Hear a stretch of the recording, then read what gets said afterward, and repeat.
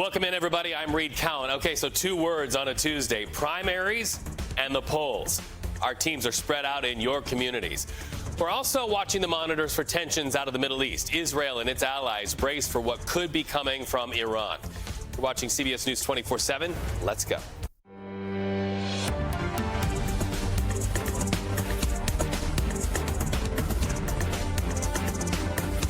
Okay, a lot to talk about today in the world of politics, but we wanted to show you this from Joint Base Andrews, video that just came into us. President Joe Biden and First Lady Jill Biden just left for New Orleans. They're talking about expanding cancer prevention and help for people with cancer. Before the president left on that airplane, the White House, he was there, and he responded to criticism from Team Trump about Kamala Harris being more liberal than Biden. Here's his response. The issues we've worked on together have made great progress economically. It's a good policy. So that's what it's like. Right, so let's jump the map now to Minnesota, one of 4 states holding primaries today. Voters in the land of 10,000 lakes are going to decide the political fate of Congresswoman Ilhan Omar. CBS News congressional correspondent Nicole Killian live on the stream right now. Okay, so Nicole, a lot to talk about today in this primary. A lot of people are saying this is a test of the so-called U.S. House liberal squad.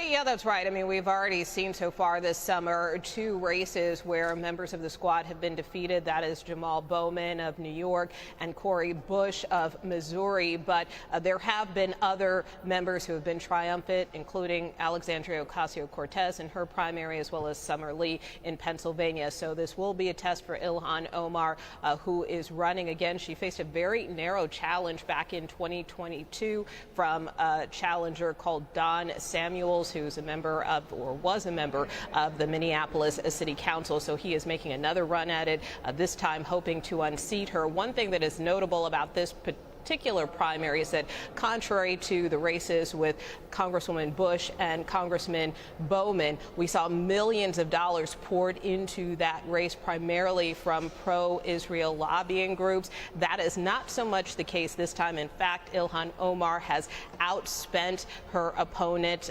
by significant margins. So even despite her position, while it's similar to her fellow squad members in terms of wanting a ceasefire in Gaza, and she has made other controversial statements in the past, in this case, we are not seeing the same kinds of dollars flowing into this race. Nicole, primaries, and we know this, they always sort of take the temperature of the nation. What are some of the other high-interest primaries and what they underscore about what people are thinking and talking about? Well, again, you know, we're kind of in the height of primary season this summer, so there are also primary contests throughout the state of Minnesota, but also in Vermont, in Connecticut, as well as Wisconsin, a number of local and state races up and down the ballot. But certainly we expect more in the coming weeks as we get closer to the general election. Nicole Killian live on the stream with us once again. We thank you so much. So as voters head to the polls in several states today, we also watch the race to determine who gets the keys to the White House. Vice President Kamala Harris's running mate, Governor Tim Walz, is in Southern California today. By the way, this is his first solo appearance on the campaign trail. Harris then heads to battleground North Carolina. That is Friday. Meanwhile, former President Donald Trump will be in the Carolinas tomorrow. He will have his running mate, Senator J.D. Vance, positioned in the state of Michigan. That will also be tomorrow. Now, while Team Trump and Team Harris battle it out, independent candidate for President Robert F. Kennedy Jr., he's been disqualified from New York's general election ballot. Here's your headline. A judge ruled he falsely claimed a New York residence on his nominating petitions. Kennedy asked about this. He dismissed it as a partisan attack.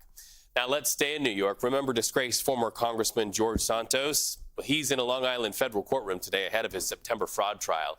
He says he's not guilty of committing a wide range of crimes, allegations of lying to Congress, collecting unemployment benefits while actually working, and accused of using campaign contributions to pay for personal expenses like designer clothing. CBS News New York's Jennifer McLogan joins us live now. Jennifer, what are lawyers arguing inside that courtroom? Reed, so nice to be with you. Good afternoon. George Santos, wish you could have been here a few minutes ago. He walked in and out of federal court saying nothing, not his usual jovial self. He remains free on $500,000 bond, facing a maximum of 20 years in prison if convicted. You asked about charges. He pleaded not guilty, as you said a moment ago, to, and here they are, wire fraud, identity theft, and making false statements to the FEC. What was interesting in court today is that the judge discussed the fact that there were 800 prospective jurors here in Suffolk County to hear this case that has been the headlines for so many, many, many months. Those jurors have been whittled down to 348. There will be 6 alternates, and this tedious jury selection process will begin next month. George Santos wanted each and every one of the prospective jurors to fill out a 137-item jury questionnaire. The judge said that that is offensive, and she really wants them to do the one-on-one questioning, which they will do in most trials. Santos said they're tainted because the media was prejudiced against him, but yet prosecutors came back and said, George, you're the one who went all the TikTok videos, sold, all of your likenesses, and you were on social media. He was blabbing with the media all the time until recently. We would go up the elevators with him here at federal court. He would be talking about his dinner plans for the night, how much things cost. He would point to his stylized shoes that he had just purchased for a large amount of money. And, of course, that's not happening anymore until they're getting ready for this trial in September, Reed. Pretty fascinating, that judge's response to the request for all of those questions. Nice to have you with us on the stream. We appreciate that update. Thank you so much. Okay, when we come back, you have got to see something. We're talking sharks, not attorneys, the real ones, swimming in water off the shores of California. Is it a great white? We'll get a close look when we come back.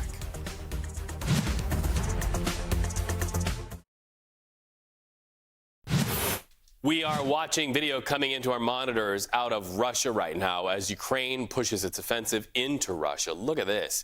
It's prompting evacuations right now. Ukraine's military says that they now control 400 square miles of Russian territory. This happening while both countries blame the other for a fire that started at the Russian-controlled nuclear plant in Ukraine. Meanwhile, nuclear watchdog organizations say that so far there's no critical threat to that facility, but we'll be watching closely.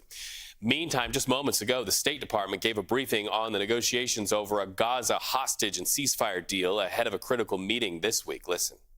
We are so clearly committed to this because we think it is in the vital interest of the region. As you've heard me say, we think that a ceasefire deal has the potential to create conditions so that hostages can release, so we can see an increase in humanitarian aid, and more broadly create conditions for diplomacy to get the region out of this endless cycle of violence.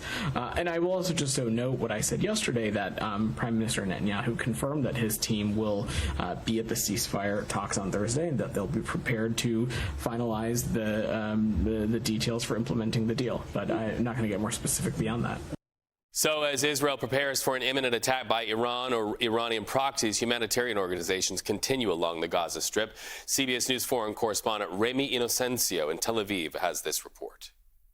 Reed, hi there. Yeah, despite warnings from some parts of Israel and in the U.S. in the past 24 hours that Iran and or Hezbollah might finally launch those retaliatory strikes here on Israel, it is another night that it hasn't happened, and at least not yet. And they started threatening nearly 2 weeks ago after the assassinations of 2 high-profile leaders in both Beirut, then Tehran. Now, a U.S. official told CBS News yesterday that a limited attack from both Hezbollah and Iran could come with little to no warning. But last night, Israel's military spokesman Daniel Hagari went on national TV and appeared to tamp down fears of an imminent attack, stressing that there was no change to safety advice and that the military would warn people as soon as they could. He also stressed the military was at a high state of readiness and had increased patrols in the skies of Lebanon. Meanwhile, up and down the Gaza Strip yesterday, the Hamas-run health ministry said at least 25 people were killed in Israeli military operations in Gaza City, south to Khan Yunis and Rafah, which is on Egypt's border. And that is after at least 90 were killed in a strike on a school turned shelter over the weekend, and that was one of the worst mass killings since October 7th. The number of dead now is nearing 40,000, with 2 days left to those new and hoped-for ceasefire talks with Hamas in Egypt. And Reid, Secretary of State Antony Blinken is now expected to be in this region this week. That's in addition to President Biden's top Mideast envoy. That's Brett McGurk, who has tentative plans, provided talks do go ahead. Remy Inocencio, thank you for that update. CBS News 24/7 in Virginia, where people are helping each other out. They're cleaning up and they're rebuilding days after Tropical Storm Debbie tore through that area. We met volunteers Brian and Charles at a church in Caroline County, cranking out comfort food in the kitchen. A lot of people went through a real tough time over the past 2-3 days, and it's fun to be able to do this for them. We call it neighbor helping neighbor, and that's what we want to be as a church, and what we think our call is. All right, more than 30 homes damaged in all, but people are helping each other out after last week's storm. So that's what was, but we always want to talk about what is. Jess, we understand the tropics are pretty active right now. We are almost in the middle of the season, and we continue to keep a close eye on the tropics. Here's the reason why. Our next named storm is officially out there, and it's starting to cusp just areas of Antigua all the way over into the U.S. Virgin Islands as we speak. Now, I want to talk about the track of this storm as it continues to strengthen, as it moves north with the warm sea surface temperatures really fueling it into Category 1 just as it passes Puerto Rico, heading into the evening hours tonight, early morning hours tomorrow. The good news is this stays well offshore of our eastern coastline. This is expected to hit Bermuda as we head into this weekend's forecast. At that point, from today all the way until Saturday, when it's expected to hit that island, it is going to gain some strength. So to talk more about this season, and of course another thing I want to mention too, NOAA predicted an above normal 2024 Atlantic hurricane season this year. I want to bring in Casey Sherman, one of our meteorologist in Miami, talking about this system and talking about what we expect as we head into the coming season. Like I said, we're only halfway through right now. Casey? Yeah, we are. I mean, we are less than a month now away from the peak of hurricane season that happens on September 10th. Of course, Ernesto now makes 5 named storms so far this season. And yeah, NOAA has been predicting this above average season where they're still forecasting 17 to 24 named storms.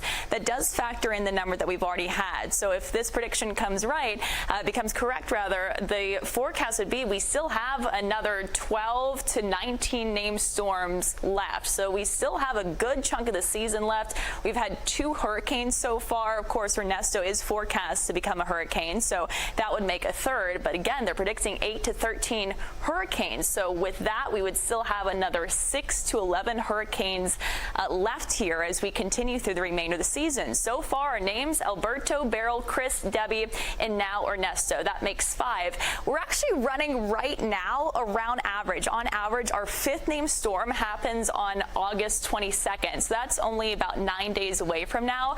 Not too far off from average here, but we are anticipating things to pick up as we typically see, statistically speaking, getting closer to the peak of hurricane season, which, as I mentioned, is on September 10th. If we compare this to last year, by the way, by this point last year, we were actually in a lull. We had just had our 5th named hurricane that was Don on July 14th, and we had a big time break from Don to Franklin, the 6th named storm. That's where we saw that pick up and develop on August 20th. And after that, we had an unprecedented stretch of activity in late August. August 20th, we actually had Franklin and Gert develop last year. And then just 2 days later, we had Harold. And then on the 27th of August, we had Adalia. So things can pick up. I know we've had kind of a little bit of a break. We had that earlier on in August, and also we had that this past July. But just keep in mind, we have some very warm water temperatures, very warm sea surface temperatures that have been running above average. That is why NOAA continues to predict this above average season. In fact, an 85% chance of having it become an above average season. When you look at the water temperatures, and this is also coupled with a La Nina year. That's where we have less wind shear in the atmosphere, less of those strong winds that happen to tear hurricanes and tropical systems apart.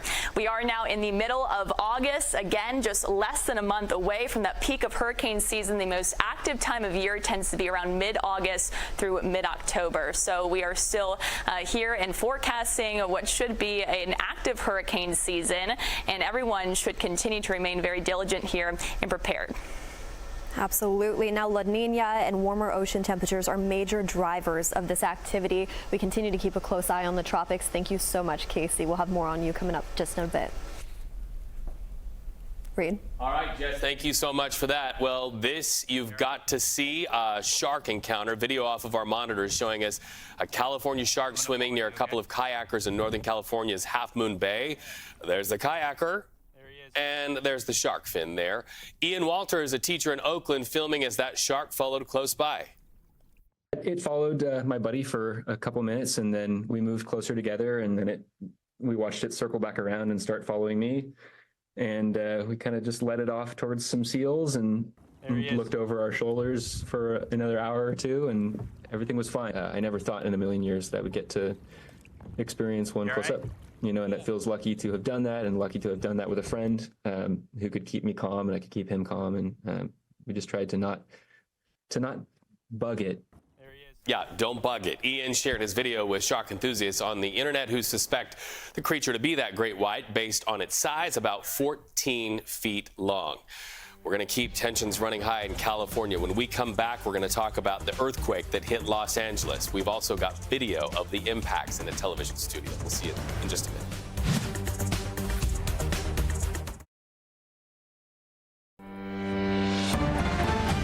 An Ohio police officer facing murder charges in the shooting of a pregnant black woman suspected of shoplifting.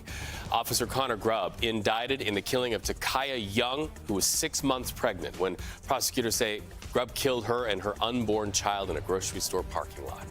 Jumping the map to Virginia, police investigating a deadly officer-involved shooting near a middle school. Alexandria police say they found a man in a building armed with a gun. So far, authorities have not said what led up to the shooting or why they felt forced to fire. A live look at Capitol Hill as our monitors bring us the story of a new push to enhance security measures, this in the wake of the attempted assassination of former President Donald Trump. There's a new proposal on the books that would require Secret Service to establish a perimeter of at least 500 yards around public events to protect from weapons like the AR-15. It also requires agents to secure all elevated positions within firing range. Current law, believe it or not, does not require the Secret Service to do so. Let's move on the map to Arizona now, where abortion is on the November ballot officially. A signature-gathering petition got enough signifiers to qualify. Now voters will decide whether to allow abortions in the state of Arizona up to 22 to 24 weeks of pregnancy. Currently, Arizona law imposes a 15-week limit for abortions. To Hawaii now, and the battle over a multi-billion-dollar settlement connected to the Maui wildfires. A judge will decide who will be first in line to receive some of that money. Wildfire victims or the insurance companies who paid out billions of dollars. Those wildfires left more than 100 dead last year and destroyed dozens of homes and businesses. Our video feed's taking us to California, where a 4.4 magnitude earthquake jolted thousands. We saw shaking from many of video sources, and these came into us from a live interview that was happening at ESPN studios. That shaker struck around the lunch hour yesterday, an epicenter just north of Los Angeles. But people reported feeling that shaker as far south as San Diego in the state of California. And then look at this, the fallout from the shakeout. Water pouring out of the Pasadena City Hall, forcing some evacuations there. In fact, one person had to be rescued out of an elevator. Alessandro and Len felt the joke for the first time. It felt almost like the whole room was buzzing for a brief, intense period, and I dived under my desk and waited out to see if anything else was going to happen. I was feeling like a shock. I was working, I'm editing right at that time, and I just feel like, oh, it's like a shakiness. Oh, she used to take a shower at that time, and I was like, oh, yo, it's an earthquake. And she's like, oh yeah, should I take a shower right now, or should I stop it though? So far, no other reports of significant damage in that area. Let's jump the map to Nevada's border with California, where people are on the run today because of the Gold Ranch fire. So far, nearly 700 acres burned. In fact, those who are not being evacuated are also facing a new problem. Electricity is out to thousands of homes. Our viewers Sandra and Whitney explaining what they are living through. They say it could be 24 to 48 hours before we get electricity. It's getting less smoky and it's getting bigger, and the evacuation warning zone continues to spread. So it's been really stressful.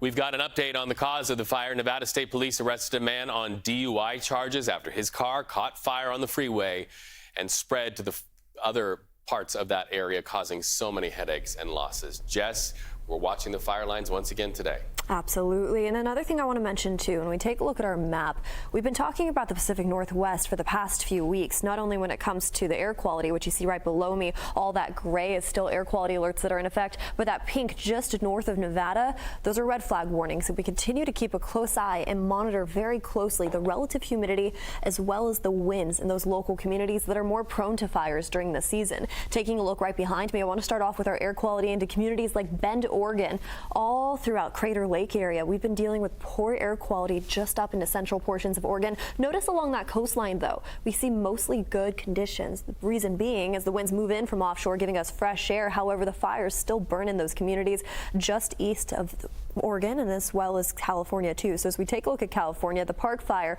we're starting to see less smoke, at least at the surface level from that specific one. But we continue to monitor it all the way up into Idaho, stretching up into the Pacific Northwest with fires burning in those communities. The weather is cooperating, though, in that region. As we head down to the south, this is where we start to see heat really become an issue. We're changing gears real fast down into Florida, all the way over into Texas. Daytime highs today well above average. We continue to see even more extreme temperatures really build into communities all throughout Louisiana, Mississippi, and Alabama, and those southern portions just along the coastline. We'll continue to keep a close eye on those beachgoers forecast here in the Weather Center. For now, Reed, over to you. All right, thank you so much. Our monitor is bringing us this video of a fast-moving wildfire in Greece. This one is triggering multiple evacuation orders near Athens. Flames destroyed homes and cars and choked busy roads and highways with smoke and ash. In fact, one person died, at least 18 others injured, mostly due to smoke inhalation. The fire sparked Sunday and quickly spread. Nearly 1,000 firefighters with boots on the ground trying to get this one out.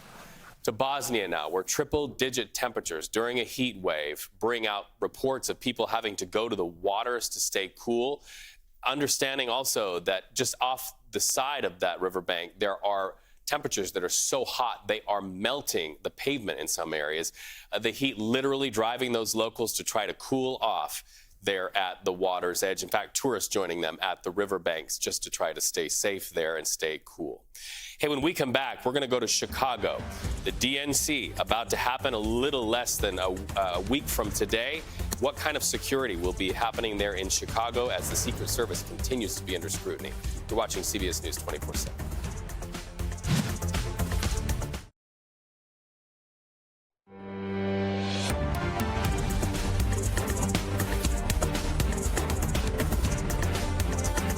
This just in, the Biden administration planning to speed up the processing of asylum seekers at the U.S.-Canada border. That's according to internal Department of Homeland Security documents obtained by CBS News. And the response is due to an unprecedented increase in migrant crossings there. The Department of Homeland Security releasing this statement saying it continues to enforce our immigration laws and deliver tough consequences for non-citizens who do not have a lawful basis to remain in the United States. So DHS, it went on to say, carefully reviewed its implementation of the Safe Third Country Agreement with Canada and concluded that it could streamline that process at the border without impacting non-citizens' ability to have access to a full and fair procedure for determining a claim to asylum or equivalent temporary protection. CBS News 24/7 in your community is on a big day in politics. It is primary Tuesday in several places. We're talking about voters in Connecticut, Minnesota, Vermont, and Wisconsin. They're heading to the polls today. Kind of takes the temperature of the country on where we are on issues. So you can expect some dinner time headlines for sure in the Minnesota race. Congresswoman Ilhan Omar trying to keep her seat in Congress.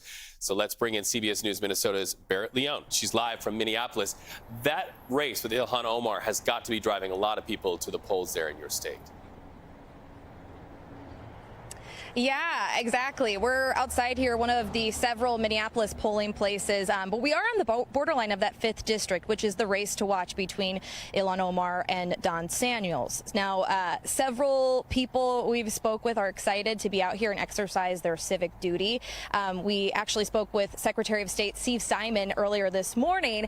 He tells us that we tend to see lower primary turnout, but it is a little unpredictable. But one thing that does drive voters to the polls is when there is a tight race. More people go to the ballot when there's a close race to watch, and that's exactly what's happening here in the 5th district. All right, and of course the announcement of the vice presidential pick of the nominee for the Democrats. Any thought there where you're standing that that's also driving enthusiasm during, admittedly, primaries that typically do have low turnout?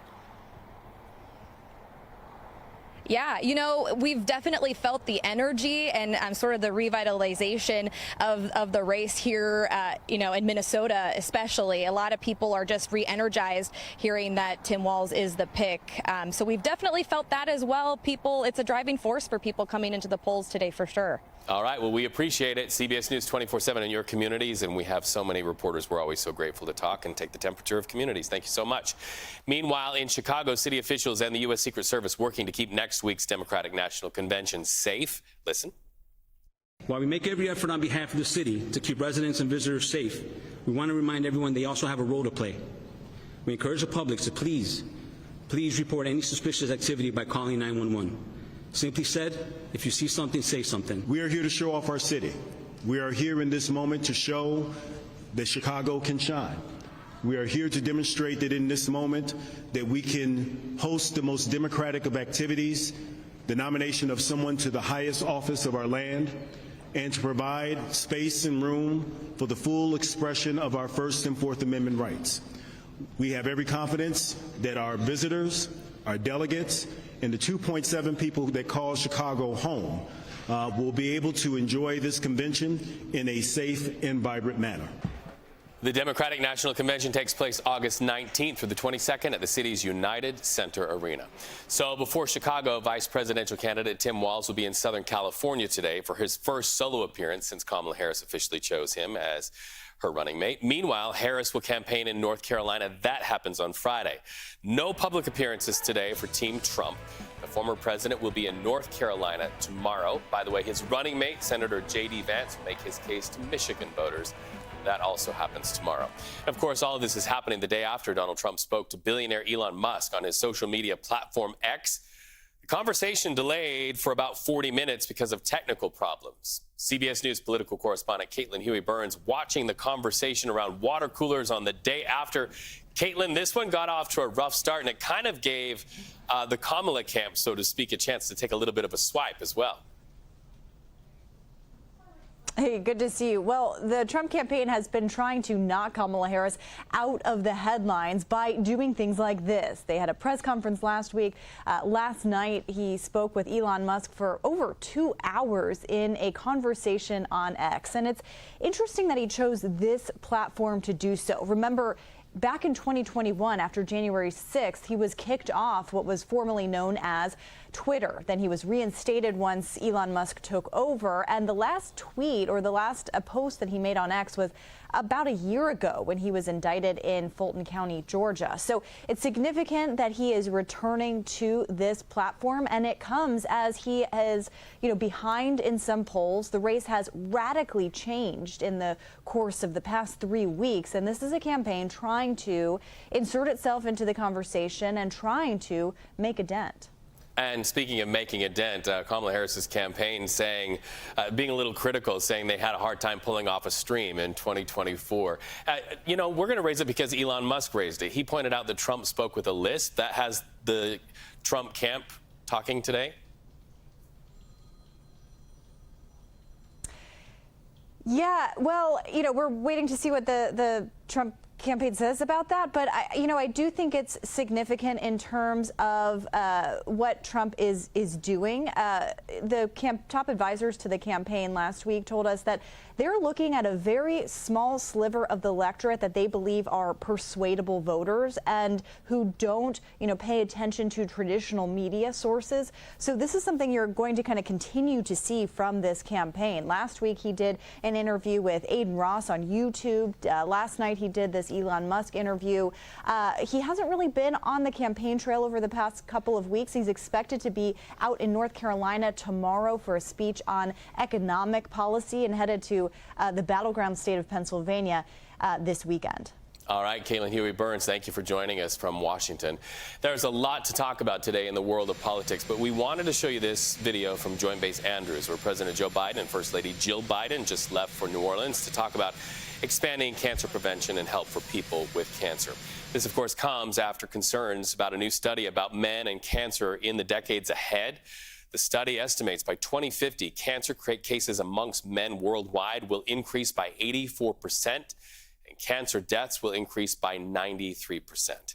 Well, when we see it, you see it. We've got some breaking news out of North Carolina. Authorities are holding a news conference right now in the case of an escaped prisoner out of Hillsborough. Police are looking for a man named Ramon Alston, who escaped from a correctional institution while heading to the hospital to get some medical care. Deputies just gave an update on this moments ago. Here's where they are. As you know, we've been looking all day for a individual who was brought for a scheduled visit to UNC's North Campus in Hillsborough for a doctor visit. That individual escaped from custody from the adult corrections and is still at large. What we know right now is that we have convened a team in a partnership with federal, state, local agencies to apprehend this individual. We're working diligently to follow all the leads that we have. I'm not going to get into the weeds about what those leads are or the tactics behind what we're doing. I will tell you that as far as the community goes, there's two ways of looking at this. He's either within a 5-mile radius or he's in the rest of the world, and we're searching both. So with that, I will say that if you're folks in the community, if you see something that is suspicious to you, you can guarantee it'll be suspicious to us. Let us know. See something, say something. We'll continue following that story. Let's jump the map to New York right now. Governor Kathy Hochul thanked first responders in Canton today in the wake of Tropical Storm Debbie. The governor went out to shake hands with emergency crews and first responders who were willing really to put themselves directly in the line of harm's way to save the lives of their neighbors. This community has been through an extraordinary experience.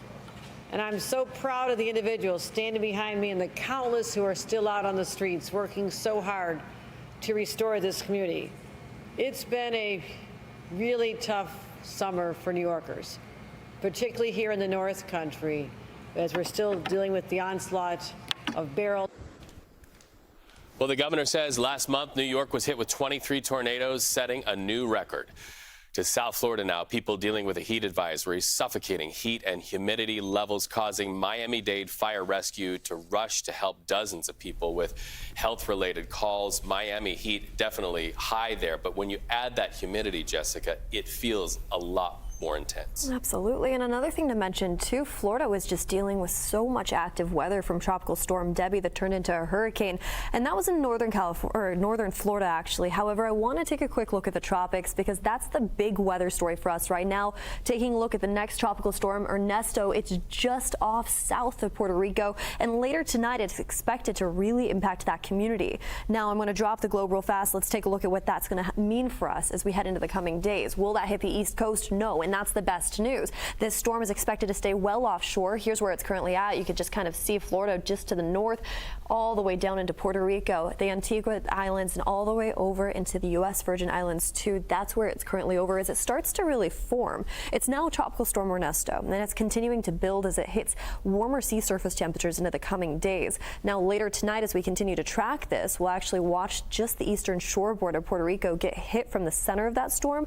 Let's actually advance this now, and we can continue to watch this move all the way into the north, closer to Bermuda as we head into this week. Let's advance this now all the way up into tomorrow evening, early morning hours tomorrow, all the way into tomorrow evening. It's just past Puerto Rico, and we watch that continue to gain strength over those warm sea surface temperatures that we were anticipating for an active season, especially just along our Atlantic, all the way up into Bermuda, heading into Saturday morning. That's when it's expected to hit, potentially as a Category 2. We'll have more on that in a bit. Reed? All right, thank you so much, Jess. Heading overseas now, Ukraine's army says it controls more than 400 square miles of Russian territory. This is after last week's push across the border into Russia and the location of key Russian military bases. CBS News foreign correspondent Chris Livesay reports Russia is now responding by launching more attacks on targets inside Ukraine. Women, children, and elderly evacuated from the warpath of an invading army. More than 100,000 forced to flee. Only this time, they're Russian. And the advancing forces, Ukrainian, replacing white, blue, and red stripes with their own blue and yellow after mounting the largest attack on Russian soil since World War II. Slava Ukraini! Nearly 400 square miles in Russia's Kursk region captured, says Ukraine's top commander, encompassing a major conduit of Russian natural gas to countries in Europe. It's a strategic area Moscow has long used to strike Ukraine's northern Sumy region, and residents there, like Oleksandr Kokanyi. Let them feel what we feel, he cheers. Let them live in our skin. A total of 28 settlements have fallen into Ukrainian hands, according to this Russian governor, interrupted as he breaks the news to Vladimir Putin.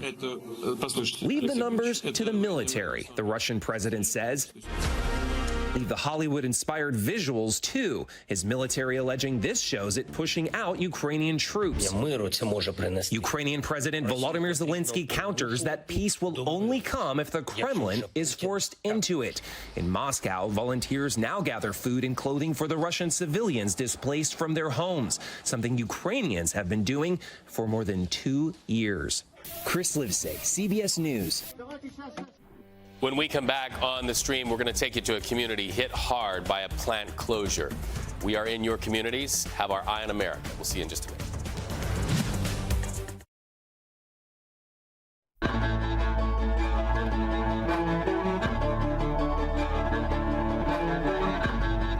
CBS News Eye on America helps us to keep our promise to you. We are telling your stories in your communities. Think about this. Today, 7.2 million Americans woke up unemployed and looking for a job. CBS News correspondent Dave Malkoff reports from the community of Perry, Iowa, a factory town where the factory today is shut down. So how many years at the factory for you? It was just under 14. Joe Swanson is no longer working in the town he loves where his kids go to school. That's because Perry, Iowa's largest employer, this Tyson pork plant, just shut down. None of us picked this. And I just want everybody to be okay. Because I know how hard this is going to be for a lot of people. If it's this hard for Joe, think of the nearly 1,300 other employees, most of them living in but no longer working in this city. If you're going to find a new path forward, sometimes it's not here. Yeah, absolutely. You have the power. Make sure that you find the right opportunity that's going to benefit you and your family.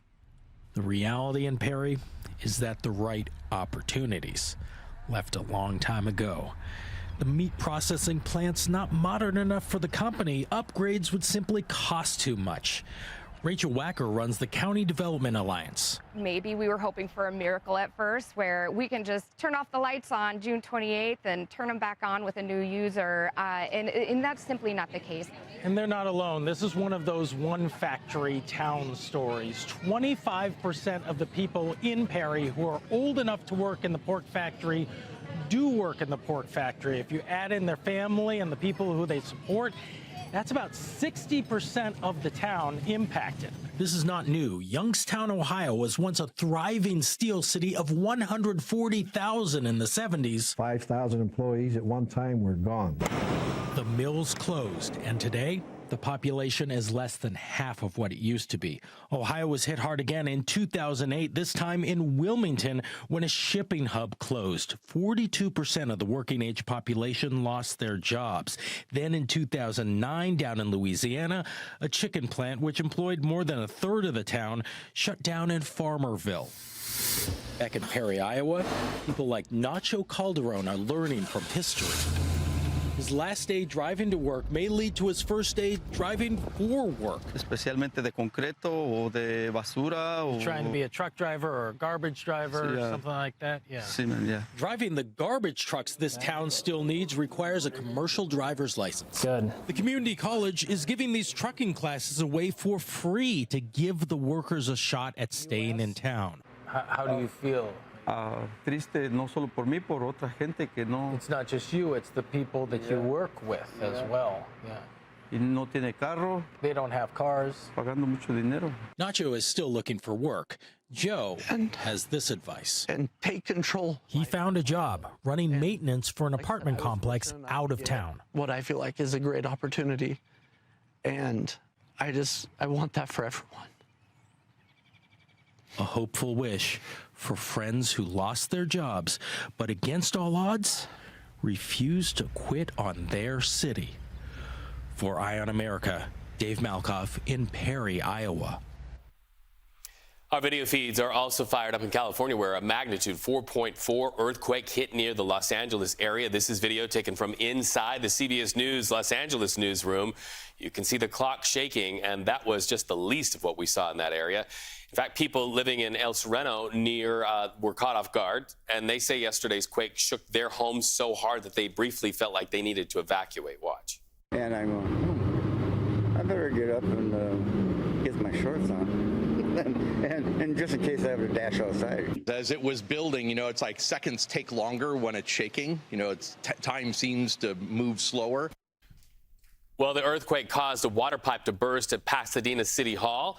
Firefighters surveyed the streets for more damage or injuries, but they found none. Jess, Mother Nature's not only angry in the sky sometimes, but underneath terra firma. Oh my goodness, it could be scary in those scenarios, especially on the West Coast where it's very active along that fault line. Now let's head to the south real fast. I want to talk about a lot of things going on for us, starting off with major heat starting to build throughout the south, all the way over into Texas, too, with heat advisories and heat warnings in effect throughout this afternoon. Daytime highs today, they're going to be a scorcher in some communities. We could expect daytime highs in areas like Texas, stretching all the way over into Louisiana and Alabama to hit well above average conditions. 100 today just in Dallas, upper 90s over into Jacksonville, New Orleans, with all that relative humidity, too. Our feels like temperature is well above what it's actually at 94 degrees. Now let's head over to the Pacific Northwest. I really want to focus some energy on areas like Oregon, all the way over into Nevada, where red flag warnings and air quality alerts are in effect.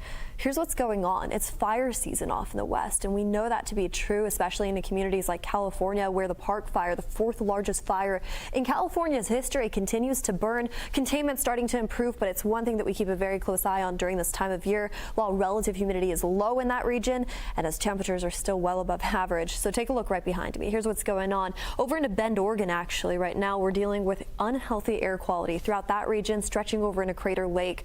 That's a spot that many people visit during during vacation season. We were just talking about hurricanes a bit earlier, but as we head down into the Park Fire, we are starting to see improvements throughout Southern California and Northern California for air quality, which is great news, Reed. Yes, all right. Thank you, Jess. An Ohio police officer facing murder charges. A pregnant black woman suspected of shoplifting. Officer Connor Grubb indicted in the killing of Takaya Young, 6 months pregnant, when prosecutors say Grubb killed her and her unborn child in a grocery store parking lot. Jumping the map to Virginia, police investigating a deadly officer-involved shooting near a middle school.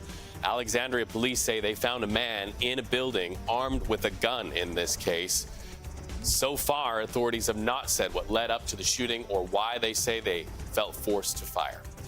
Moving on the map to Arizona, where abortion is on the November ballot. A signature-gathering petition got enough signers to qualify. Now voters will decide whether to allow abortions in Arizona up to 22 to 24 weeks of pregnancy. Currently, Arizona law imposes a 15-week limit for abortions. Meantime, in Missouri, voters in that state will decide in November whether to guarantee a right to abortion with a constitutional amendment that would reverse the state's near total ban on the procedure. That's it for us at CBS News 24/7. We thank you for joining us day in and day out. We'll be back here streaming for you, watching our monitors tomorrow, same time, same place.